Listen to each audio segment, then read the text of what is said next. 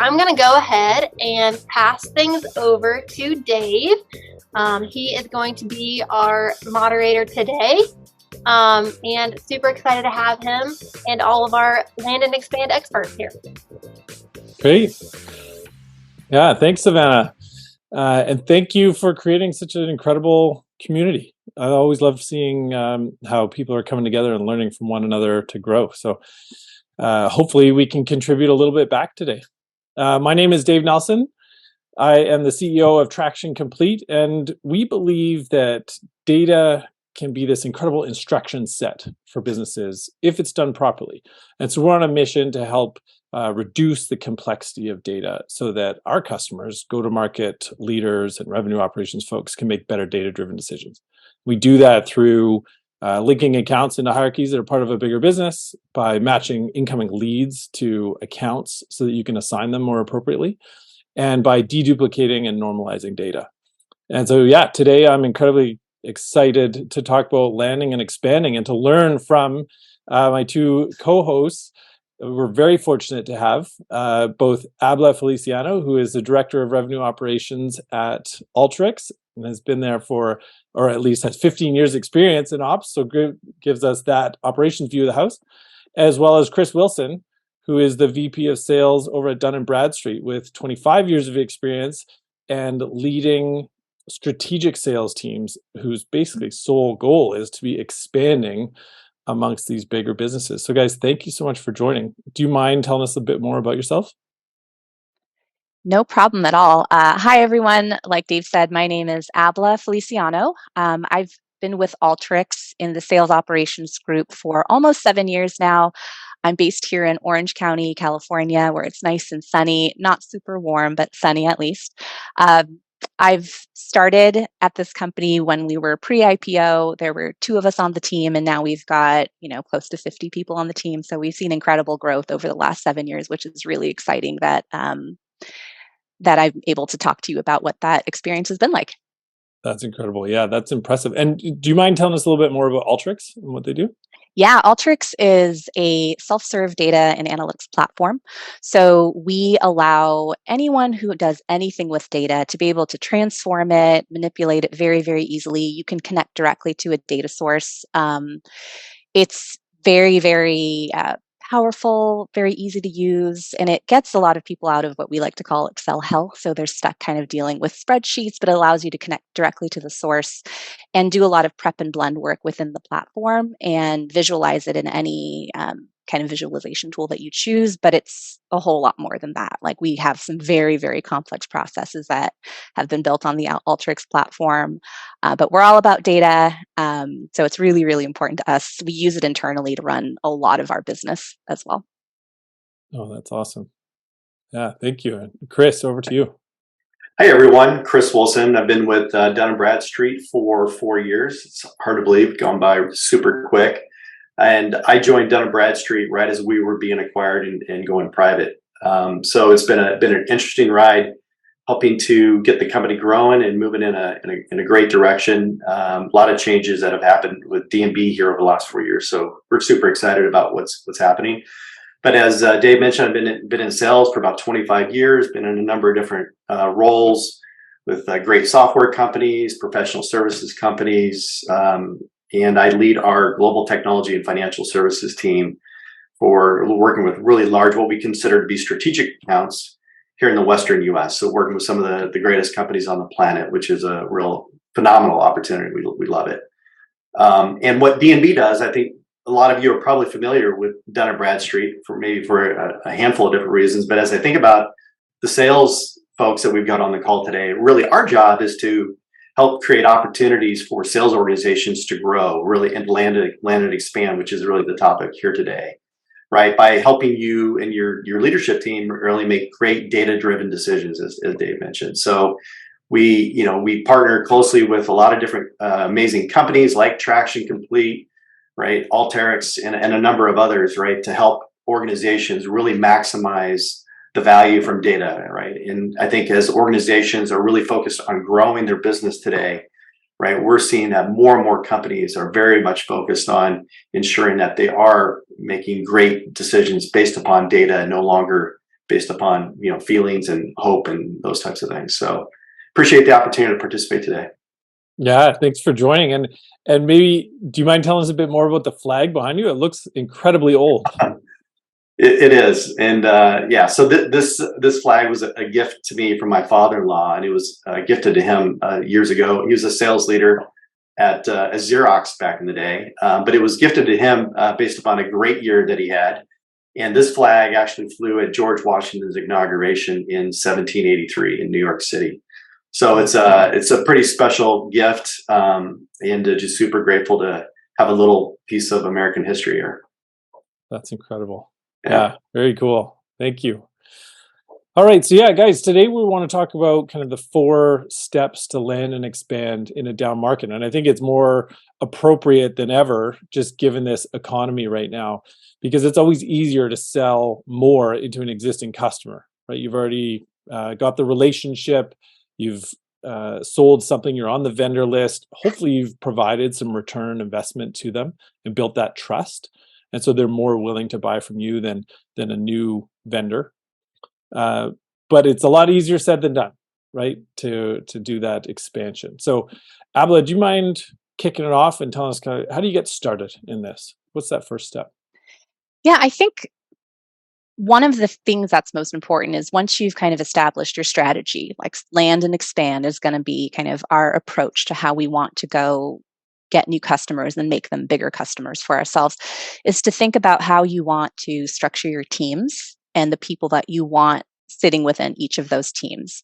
So in my experience, I find that the land teams do really, really well with a certain persona of seller that I like to call our hunters. They're extremely creative, thick-skinned, very resourceful, just kind of grinding it out. We see a lot of, I've seen a lot of kind of like newly promoted SDRs starting their careers as that hunter type of a seller, just kind of super resilient and very, like I said, creative in the ways that they try and get that first touch with a prospective customer. So I think getting that team set up correctly with the right people is really important.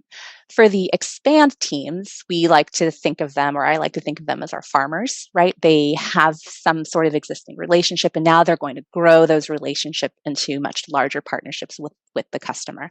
Very different personas. So I think it's really important as a first step to know that if I'm going to have a land team and expand team, I need to staff them with the right type of sellers in each. It's really difficult to put a farmer on a land team because they're going to get frustrated really easily. And it's also hard to put a hunter on an expand team because they might not just be ready for that yet. They haven't built enough relationships to know how to do that effectively. I also think from an operations side of the house, we do comp planning here at Alteryx within the sales ops side of the house. And so designing a comp plan that really supports the type of work that you want each team to go out and do is really, really important. So if you have a team of hunters on the land side of the house, what kind of comp plan can you build to support that land motion? So it's going to be, things like highly incentivizing them to go out and find new logos and landing new logos, however your business defines that. Going out and land, like we don't really care so much about maybe the size of the deal. It's all about count. I just need more customers, right? Versus that expand team, it's not about new logos. Now we're really looking at more of a dollar number. I need a certain ACV because I need you to expand far and wide within a customer account. So very different comp plans that you would present to each of them, because in my experience, that's kind of what drives the behavior that we want. And so if we want land teams to go out and get new customers, you need to kind of pay them and incentivize them the right way. It does seem to be the most effective way, but that's neat. So do you have any examples of like how you might comp differently for landing or expanding for that matter? Yeah, I mean, we've had a variety, in my experience of comp plans to support the land motion. I want to say there have been years where we wouldn't even look at dollar size. ACV was not even a component. It was all about the number of logos that you can go out and find. That's tricky, right? That's a hard one because how do you quantify like the quality of the land? We've done it where it is based on a dollar amount. We want you to go out and sell a certain number, a dollar amount over the course of the year, but it would be a much smaller number than like an expand rep would have, because we know that it's really incredibly hard to kind of get your foot in the door the first time. So the expectation from a quota perspective might be much lower, but we still want them to kind of focus on getting some dollars in the door. We've done things like kickers, accelerators, where we focus on ACV, but there's also perhaps like an incentive, a special incentive. Like every time you land a new logo, there's an accelerator that's put in. So there are a lot of dials that I think can be built into any comp plan to kind of drive the behavior that you want. But in my experience, kind of having some sort of focus on a logo count has been extremely effective in driving that behavior. Nice. I like that. And Chris, how about you on the sales side of the house? What have you seen done well and structured most effectively? Yeah, I think we take a similar approach to what Abla's kind of outlined here as well, right? And I think it depends on, I think the other factor that needs to be taken into consideration is the segmentation, right, of your customers and your prospects. So, are you calling into large enterprises? Are you calling into mid-market? Are you calling into SMBs, right? Certainly in our world, we tend to, most of our customers that are maybe at the little bit of the lower end of the market, more the SMB, tend to be more of the where we're looking to land and build that first relationship. But as we kind of go up market into our field, or kind of mid market, and certainly our enterprise or strategic accounts, right, we're really focused on expanding those overall relationships here in D&B. But I think again, it kind of depends on the segment that you're calling into, kind of where you're at in maturity of your sales organization. So I think and I think, certainly touch upon what are those key characteristics that you're looking for in a hunter, right? And being able to differentiate those, and certainly comp plan plays a big component of that as well. Yeah, I believe it. I'd be curious to hear how you guys have structured, or how do you suggest to structure the alignment between operations and sales as you go into these motions for landing and expanding? Are there regular touch bases, or are they parts of the team, or how does that typically look? I know from our perspective here at Dun & Bradstreet, right? I think the key to being successful and helping set your sellers up for success, there's got to be great leadership across the board. And I think it's super important that we're really partnering together with the folks in RevOps, whether in customer success, right? And I think having that leadership that aligns around some common goals and some common metrics. I think sales enablement plays a key role, right? Are we providing the content and the messaging that's really putting our sellers in a place to be successful is super critical as well. But I think it does require great leadership from across the organization to come together, align on metrics, really understand what is the messaging, what are the areas of focus that we want to provide our sellers, so that they're really targeted, right? I think that's the other key component here, is that we're trying to remove complexity from the seller's environment. How do we make it really simple for them to focus on the things that really matter, where we know they can have success, and how do we equip them and enable them with messaging and content to simplify it? Yeah, I would echo that. I think from the operations side of the house, I one of my mentors, Hillary Headley, she always talked about sales operations being, the gardeners in a garden where the salespeople are growing, and we want them to grow as much as we can. And it's my job to go remove the weeds. I am just removing friction, getting weeds out of the way. And that's really kind of our charter as a sales operations group, is we need to help the business hit the number. That's what we're here to do. So we're definitely, as long as there's a very clear strategy around kind of this is where the company is going, we're all rowing in the same direction, and you have an operations team that is aligned to that vision and understands that it's their job to remove those weeds. It's a beautiful partnership, I think, and it works really well when everyone's kind of on the same page. Absolutely. I like that analogy. Yeah, that's great. So you mentioned that a lot of times you'll have someone landing, creating that small footprint. At what point do you make that handoff from the hunter to the farmer, to use your terminology there, Abba? It's varied over the years. I think data is a really, really big component in making that decision as to when it's appropriate. Every year, as part of our annual planning cycle, we look at our customer base and our entire account base, and kind of look at some key components of kind of how they're made up so that we can segment appropriately. We look at like, how big of a customer are they? Are they still like barely a customer, or do they have a very large footprint?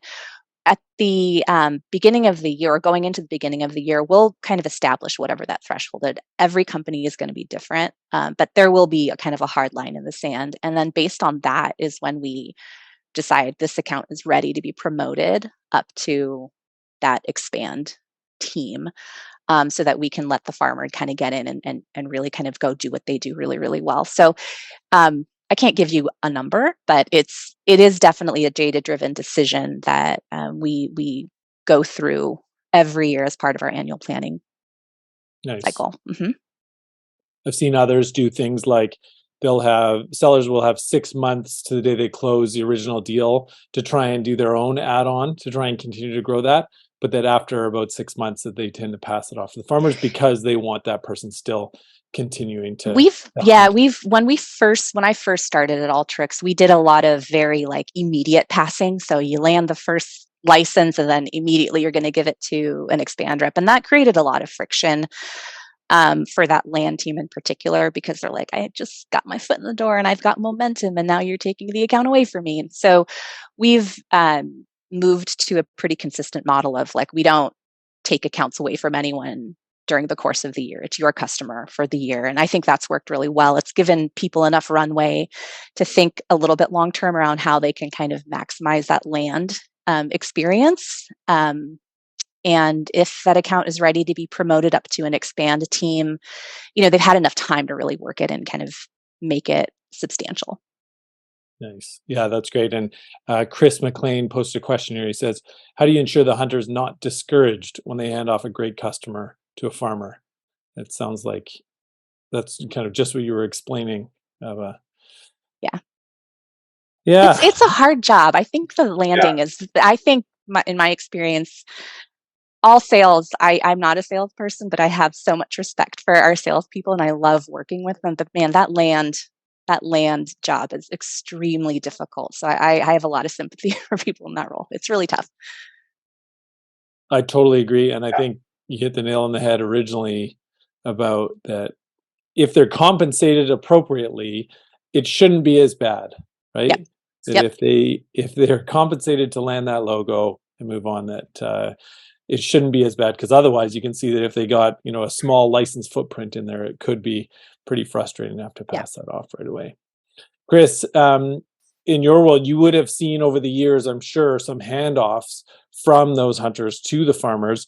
What does that kind of successful handoff look like in your eyes when you're passing that over? Because I imagine it's tough, right? They've created a bit of a relationship, the person who's landed, and now they're passing over to somebody brand new. Yeah, no, it's a great question, and I think I think companies today, especially in the tech sector, right, we're so focused on customer success, right, because we are interested in that lifetime value of a customer, right, and really wanting to be in a position where we can grow that relationship.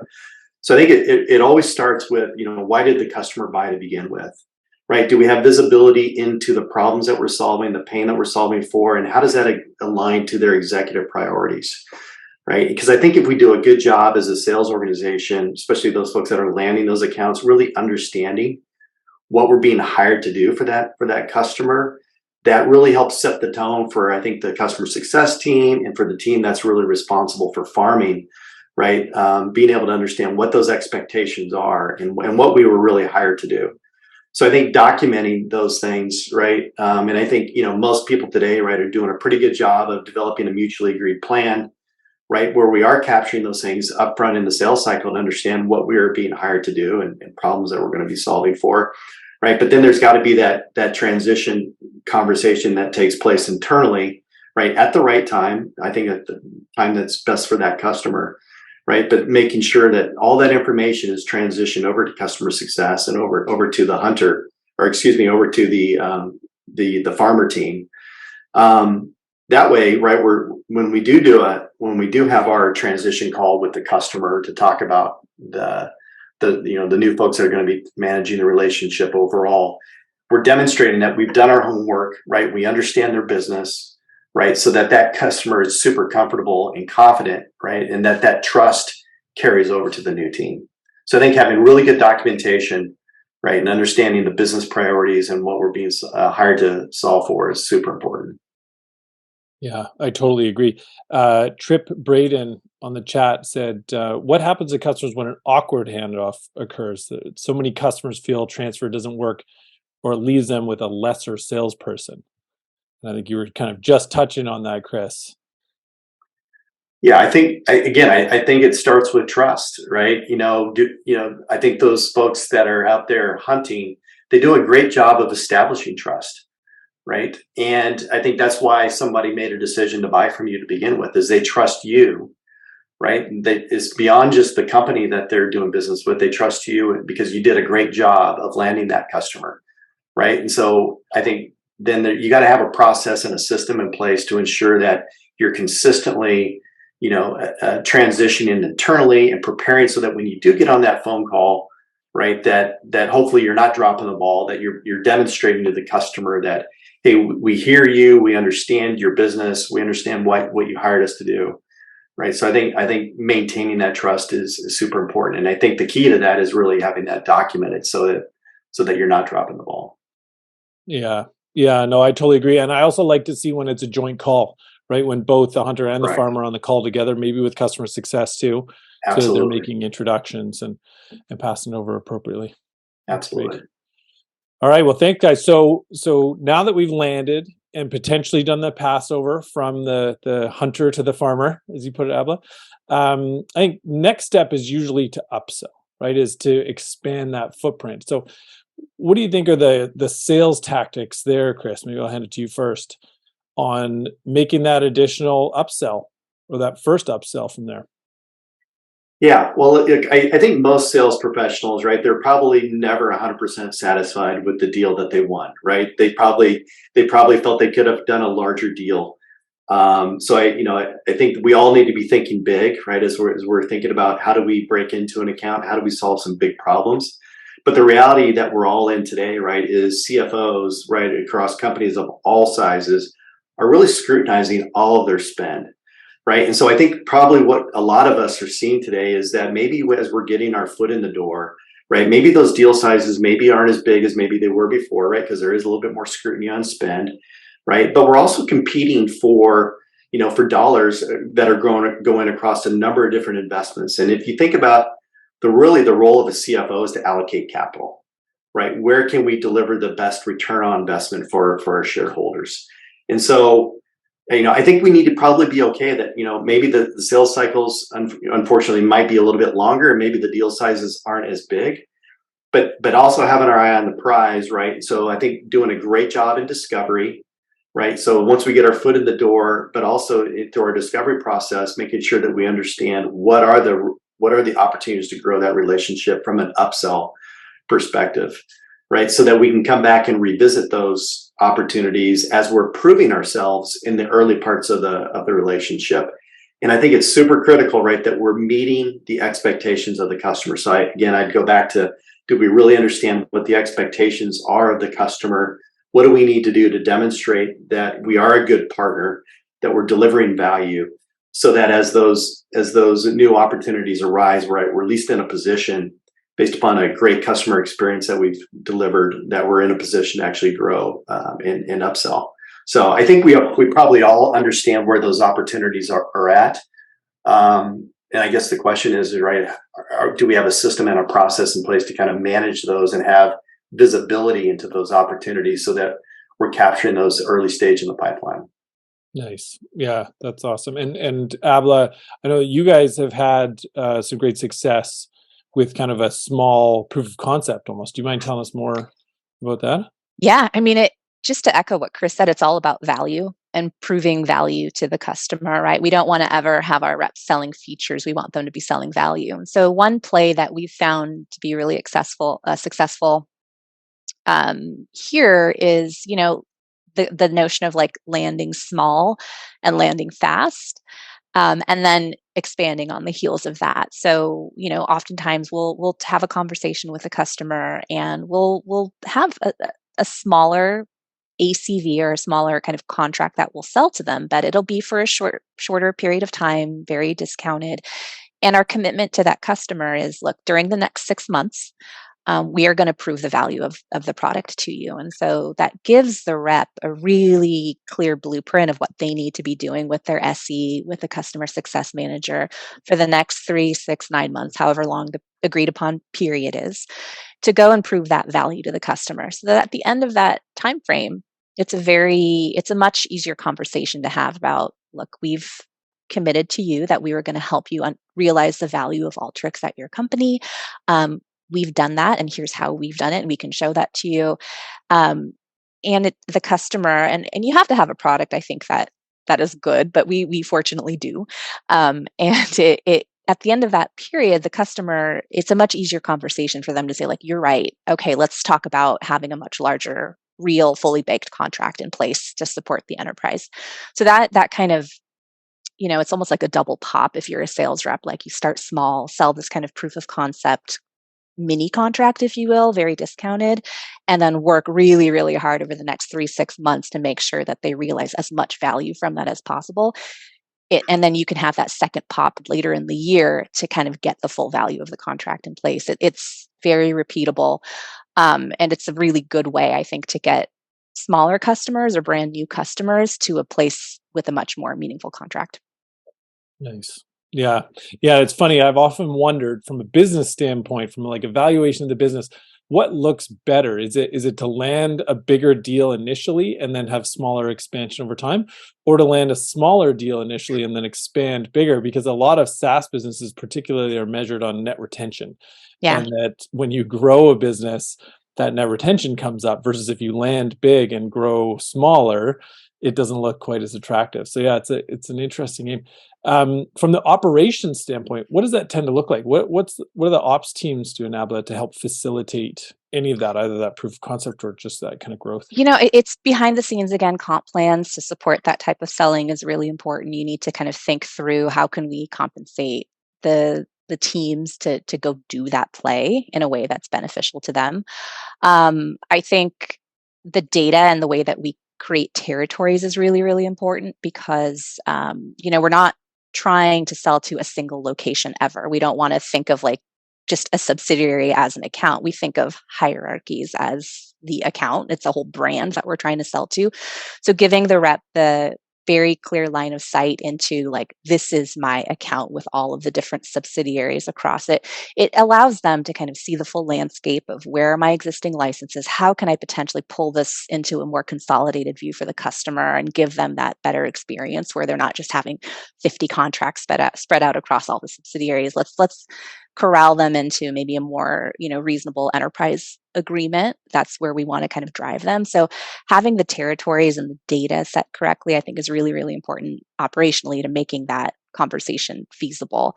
And, Chris said it best, but I think just reminding the teams that it's all about the customer, right? We want to make sure that we're doing the right thing for the customer, that we're taking them on this journey with us because we're solving a problem that they had, that they've articulated it to us. And so through our partnership with our enablement teams, just kind of making sure that the reps understand that, like, landing small and doing these expansion plays, it's all about supporting the customer where they need to be supported. Nice. That's great. I love seeing too when companies make it very clear within their usually it's Salesforce, but any CRM, within their Salesforce environment, to see which products have been sold and to what degree, right? If it's a small license footprint or is it bigger, and which ones haven't, so that they recognize that opportunity. They can create a bit of an account plan to expand across that. Yeah. On that topic, I think it's super important, right? We haven't really talked about account planning, but I think it's super important. I guess it depends upon what you're selling and the size of your deals, right? Certainly gets factored into this. But I think account planning is super important, right? Especially as you're kind of in that mid-market up to enterprise types of sales, right? You've got to have a plan, and I think you've got to look across your team.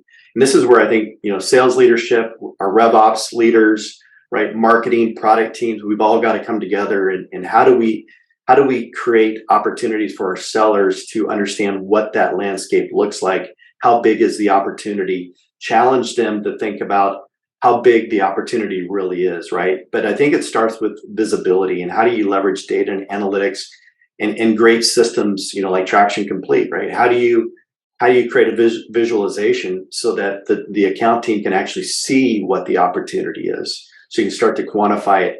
And as a sales leadership team and a RevOps leadership team, right, you start to figure out, okay, where do we need to reallocate maybe resources to help support that organization based upon the opportunity. But I think bringing that sales team together, right, to understand where should we be investing our time, right? And what are best practices that we can learn from other customers, maybe across industry, across persona, right? So that we can really start to scale and grow that across the enterprise. I think those are some common best practices that I think we as leaders need to bring to the table for our sellers to be successful. Oh, I love that. Yeah, and thank you for the shout out. We'll always take one of those.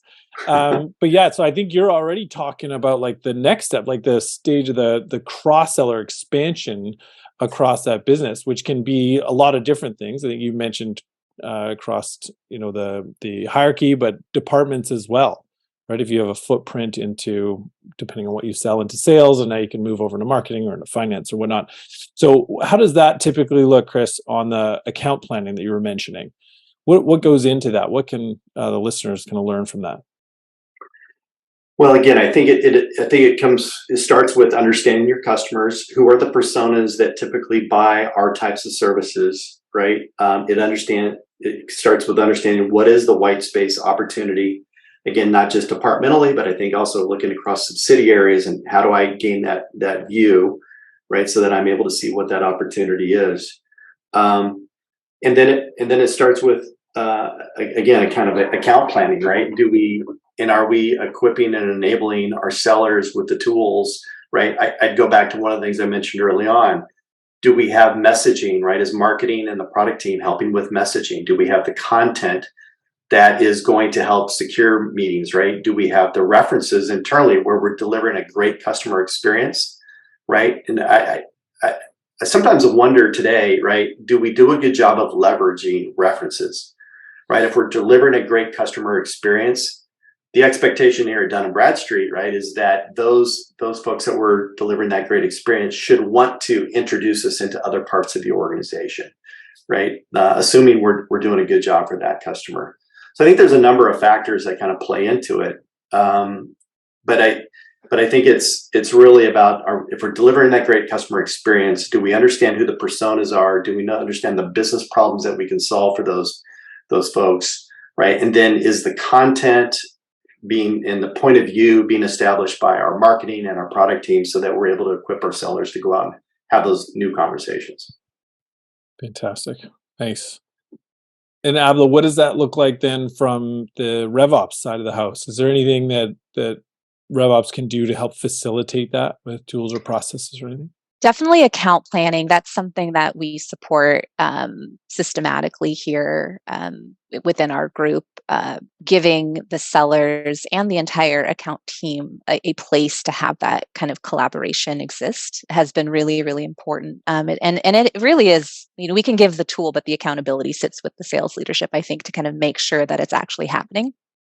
So that's a big part of it. I think the other thing too is to really encourage the seller to feel like they do need to lean on every resource available to them. I think when you're kind of in land mode, you're kind of like by yourself. You may or may not have an SDR helping you, but once you're kind of dealing with a large or a very large customer, you typically will have a customer success manager. You'll probably have an SDR kind of helping you if you're a sales rep. You may have someone looking after the renewals as well.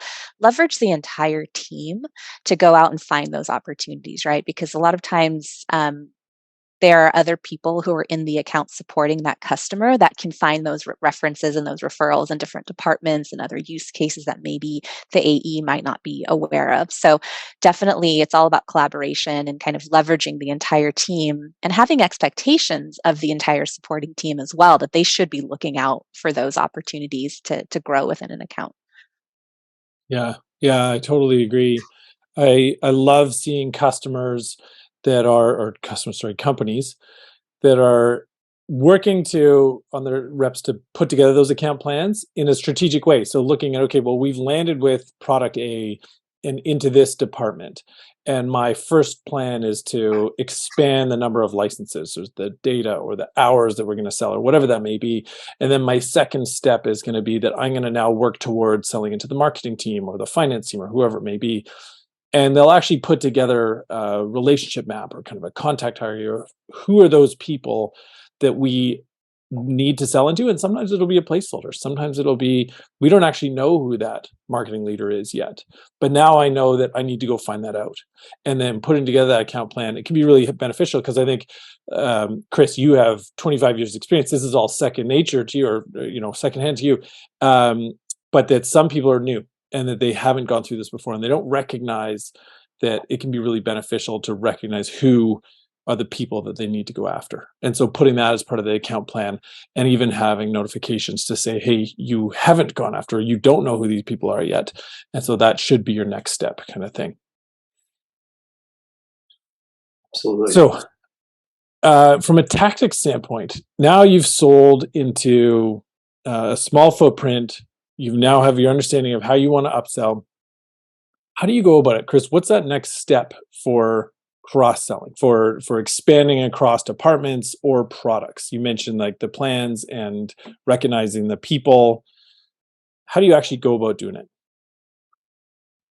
Yeah, I think there's a number of factors that kind of play into it. And this is, again, where I think great leadership, great communication across the organization really sets our sellers up for success, right? And are we learning from our other customers where those opportunities are? So we here at Dun & Bradstreet, we think about it from a departmental and really from a persona perspective, right? I think we've got pretty good Dun & Bradstreet. It's hard to believe this, right? But we're actually a 181-year-old company, right? So we've learned a lot over the years, right? And we have a lot of data, as you can imagine. But I think it's about being able to help, especially if I think about new sellers joining the organization, right? Helping them become very familiar and comfortable with the personas and the problems that we solve for those personas, right? And then being able to quantify the opportunity across your account, right? Or in your account plan, right? So I think part of it really starts with, where do we need to prioritize our time based upon what we think the opportunity is? And, this is where, having great partners in RevOps and the product and the marketing team, right, will help us actually quantify the opportunity, right? So that as sellers, right, we can make those decisions around where we're going to prioritize spending our time. Because maybe, depending upon the type of company that we're selling into, right, we might have a great footprint with sales, but maybe there's not as much of an opportunity maybe on the compliance side based upon the industry that customer's in. So maybe we want to focus our efforts on sales and marketing, right? And really focused on how do we help this company grow revenue versus maybe manage risk, because maybe their business priorities are not as much focused on the risk side of their business. So I think that's, again, where account planning, I know it probably sounds 101, right? But I think account planning is super important. And are we providing the data and the visibility for our sellers so that they can really make some decisions around where they're going to prioritize their time? So I think fundamentally it starts there. Oh, that's great. And actually, there's a relevant question in the chat. Gary Furnell asks, what percentage of time do you allocate to account plans or maps or strategies as part of the seller's week? Because it's clearly valuable, but sometimes it's difficult to defend the effort when pressure's on to do more calls. Yeah, from a sales leadership perspective, right, this can cut both ways, right? We do not want our sellers in a paralysis by analysis type of mode where they're spending all their time, right? But at the same time, we don't want people, building an account plan and then putting it on the shelf and we don't revisit it. So the way we approach this is it's kind of it's a living, breathing process, right? And we've got large teams, especially in strategic, that are aligned to our customers. And so we're revisiting our sales strategies at the account level on a weekly or bi-weekly basis based upon all the different folks, whether it's customer success, client directors, new business sales executives, any other supporting roles that are on the account. We've got a kind of a bi-weekly cadence within our account teams to ensure, that are we actually making progress against the things that we said we were going to do 2 weeks ago? And if we're bumping up against challenges, right, that we're fine-tuning our approach, right? Sometimes I think too, right, we got to figure out how do we bring in executives and leverage executive engagement and executive relationships. So I think we're always challenging ourselves, and we're trying to think more creatively on a regular basis. So again, we don't look at account planning as a one-time exercise, but we kind of look at it as a process, if you will, and kind of how we're managing that overall relationship. Yeah, that's a good point. And so I've lost it now in the chat, but someone else brought up a point too about continuous account planning versus just the once a year kind of set it and then forget it. Yeah, that's fantastic. So we talked a bit about the landing and upsell and now cross-selling products, cross-selling across departments, doing that account planning. I think another step is expanding across the entire business. And Chris, I think you talked about it, and Abla, you talked about it as well, about it's a brand, it's an entire company. It's not just the one location. Can you guys talk more about that and what that looks like to sell across the entire hierarchy, if you will, the entire organization? Abla, maybe I'll pass to you first. Yeah. So for us and from the operations side of the house, it's all about kind of data and building territories to support that type of selling. Be really thoughtful about how you allocate accounts so that there is a very good customer experience. When it hasn't gone well for us in the past, I think it's been a bit fractured and we've got maybe people stepping on each other's toes and it gets a little bit messy. And when it's gone really, really well, we've got very clear alignment about who owns the relationship, who the quarterback is, so that the customer is not feeling any kind of tension internally on our side. So in order, I think, for us to sell like an enterprise style of a contract, the data and getting the territories correct and kind of making sure internally we have the right people supporting the entire brand is really, really important. I think that's a first step that just sets the foundation for that relationship moving forward across the year or many years potentially. Yeah, I believe it. And Abla, sorry, Nick Caulfield asks in the chat here, he says, I have enterprise account managers and mid-market reps, but we really struggle with account conflicts. What can we do to navigate this and still expand effectively? So it goes back to the territory planning. I think taking your time to really think through like what are the potential gotchas, where do I know conflict is going to exist, and trying to address that up front is really important. Another thing I think that's important too is just having, and I know no one likes policies, but having policies around how to deal with that type of friction is really important. So perhaps having a global split policy in place to help two reps, maybe when they kind of find themselves co-selling into the same customer, maybe across different regions, someone in EMEA, someone in the US, and they're like, well, it's my customer, no, it's mine, what do we do? I think having something like a global split policy, for example, is really, really helpful because it facilitates a very reasonable kind of no emotion conversation around how do we want to split this deal in a way that's fair and rewards us both for the work that we've done. So policies are really helpful to kind of help squash some of the emotion that comes when friction does arise. That for me has been like the big piece as an operation side. And if you're a company that has like a sales support team, someone in the sales operations, for example, that kind of is feet on the street, helping reps navigate a lot of this stuff, making sure that they're also very, very clear on what those policies are, that they can help walk a rep or two or three through those policies to help quiet the friction is really, really beneficial as well. I think that's, from where I sit, like super, super important to have people on the operations side to help facilitate those conversations and kind of get everyone kind of to a place where they're all happy. It just is worth its weight in gold. Yeah, I totally agree. And I would say data is massive too. You talked about the territory planning and how important that is to have it set up properly. And data is the probably the first key piece in there to make sure that all of the records that you already have in your system are enriched with like the Dun & Bradstreet data, all the firmographics. Address is incredibly important if you're doing geography based. But if other companies might do annual revenue or some do employee counts. So want that firmographics on there. And that making that then visible across the teams, because a lot of times what happens is, and I think to the back to the question about mid-market versus enterprise, a company will fit the mid-market definition, but it'll roll up to a larger business that's now enterprise.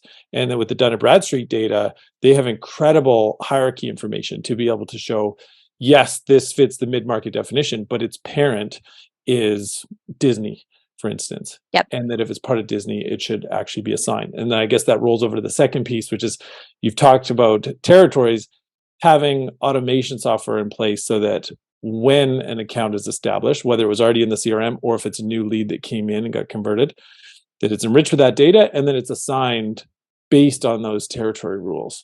Because Correct. if you're doing that, then you're kind of nipping all of those territory conflicts in the bud right off the bat, right? You're absolutely. Yeah, we have really tight controls. And I think this works well around, whenever a new account needs to be created in your CRM, I think having a team who understands kind of the data and the territory model do that work versus letting, a sales rep do it themselves is a really, really good idea. I've seen it where sales reps used to be able to create their own accounts, and it's just a little bit of the Wild West, and it creates a lot of chaos and duplication and really dirty data in CRM long term. And it's a real challenge to clean up, eventually when you get to that point where you need to. So having a team that's sort of experts at the data and really understanding how hierarchies are structured, always looking when they create a new account, is this part of something bigger? Is this already part of, a Disney, and making sure it gets assigned to the correct person is really, really valuable. I know it's slower, but I think doing that work up front to just kind of make sure that the CRM hygiene is as clean as possible anytime new stuff comes in is super, it's very worth it. And it's one of those things that I think reduces friction down the line, which is kind of, again, what we try and do all the time in operations. Yeah, fantastic. Yeah, to kind of build upon that, I think the worst case scenario, right, is that you've got two sales professionals that are working on an account, right? And next thing you know, you've got a commission conflict. Right. We never want our people to be in that position. And I think the good news today is, right, with the capabilities, whether it's Traction, whether it's Alteryx and others, right, we've got the ability to really eliminate the guesswork. We don't have to guess at territories anymore. Yep. Right. One of the things that we're able to do with Dun & Bradstreet data, right, is help organizations and sales professionals understand where are decisions actually being made. So we're not having to create all these multiple accounts. We can actually build the territory leveraging Traction Complete, so there's a visualization of their entire territory so that those sellers feel 100% confident that all of their accounts have been captured. They're in Salesforce, right? Which also encourages, going back to Alba's point, right, that we got great hygiene, right? If sellers are confident in their data that's in Salesforce, we tend to see that there's a much better effort from the sellers in maintaining that hygiene, right? They're much more willing to put in the contacts and create those opportunities on the right accounts. So what I would tell, whether it's sales leaders and rev ops leaders, like, let's eliminate the guesswork. Let's leverage data to actually run our business and save our sellers a bunch of time and headaches down the road and us having to resolve conflicts internally, because we don't need to do that anymore. I think things become so much less subjective, right? It just is what it is. I always tell my team here, and I manage a support team as well, that look, it's not our job to be fair, because someone's always going to feel like, sales ops is not fair. It's really about being consistent, right? And the only way we can be consistent is to really, look to the things that we know to be true. The data is true. We have policies in place that we all are going to align to. We have a single source of truth when we're looking at what's the annual revenue on an account. That for us is really important. So being consistent and kind of falling back on those things that we know to be true is ultimately going to be what helps the sales teams feel confident that there is process, and that in the long run feels fair. It's not about, exceptions and me making a judgment call on a case by case basis. Let's be consistent as much as possible to help reduce the friction. Totally. All right, now guys, I'm cognizant of time. We have some fantastic questions in the chat here, so I want to leave a few minutes for that. But one last question for Chris.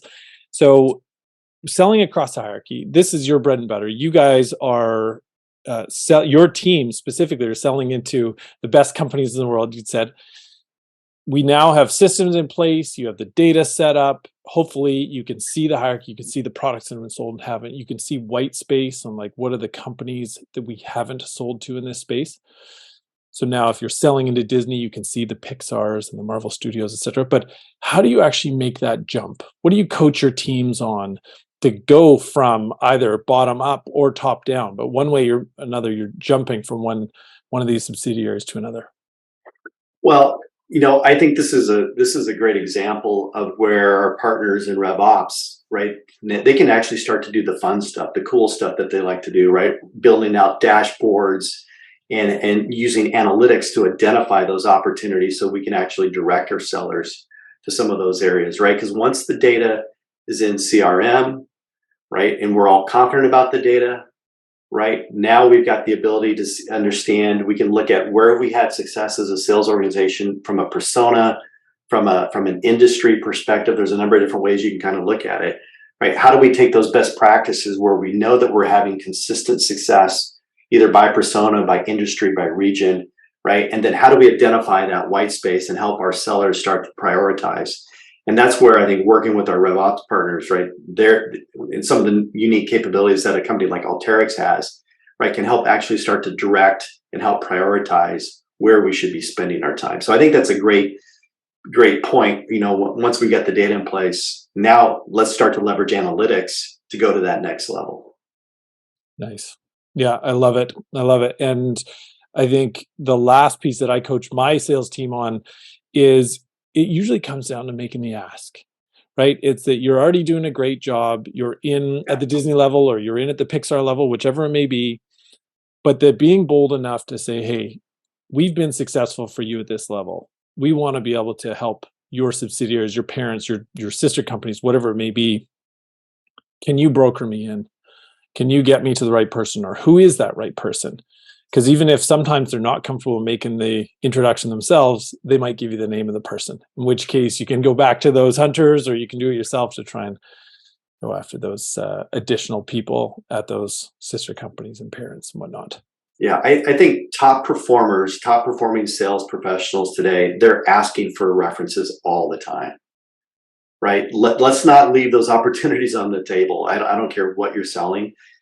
I guarantee you, your company, right? Your current customers, they're getting value from your services. Otherwise, they wouldn't be customers. Let's ask the question, right? It's really simple to ask for an email introduction, right? To ask for a warm introduction. I don't think we have to do the whole cold thing as much as we've been doing. I think if we're willing just to ask the question of the folks that we're delivering value for today, I think generally speaking, people want to help other people be successful. Right. That's why we're all here on this call today, right? We're all trying to figure out how do we support each other and help each other grow and hit our numbers and all that stuff. And so I think your point's well taken, Dave. Like, let's just ask the question because I think people want to help. Yeah, I love that. All right, well, guys, I want to get it over to questions. So just quick summary or wrap up to that, those 4 steps. First, make sure that you have your sales structure set up, whether you have hunters or farmers. If you are going in that direction, make sure that they're compensated effectively because hunting is typically a lot harder and it'll have a smaller footprint to begin with. So make sure they're compensated accordingly before they hand it off. And then I think we'll talk lots more about that handoff because I see a ton of questions here. But the second step, so you've landed now to make that upsell, right? Maybe you've started small with that proof of concept. Maybe you've sold a couple licenses. It's now to be able to show that return on investment on the small footprint, to be able to make that ask for the further licenses or further data or further hours, whatever it may be in your business, but to kind of show them that they'll be even more beneficial with more. And then the third step is cross-sell, right? To expand across departments, to expand the products that have been sold. In order to do that, it sounds like account planning is massive, and the ops can facilitate that through probably software and processes. Those relationships maps that I was talking about, make sure you're single-threaded, make sure you're multi-threading. Identify the products that have been sold, and more importantly, the products that haven't. So now you can create that map of, okay, well, what do I need to sell next? And then last but not least is expanding or growing across the enterprise account, selling to the hierarchy, getting your data in place, making sure that you have that firmographics, but also the data to say, who are your parents? Identify the hierarchy itself and the white space to say, we've sold into these 3 accounts, but that there's 50 others that we can now expand to so that, as Chris said, you can make that ask across them. So yeah, thanks so much, guys. Let's pass it over to questions now. I see there's a whole bunch in here, so we'll try and get to all of them. Gary Fearnell says, Abla made a strong distinction between the hunters and the farmers. How do you interview and determine best fit for these sales roles that do require a different mentality and approach? That's a great question.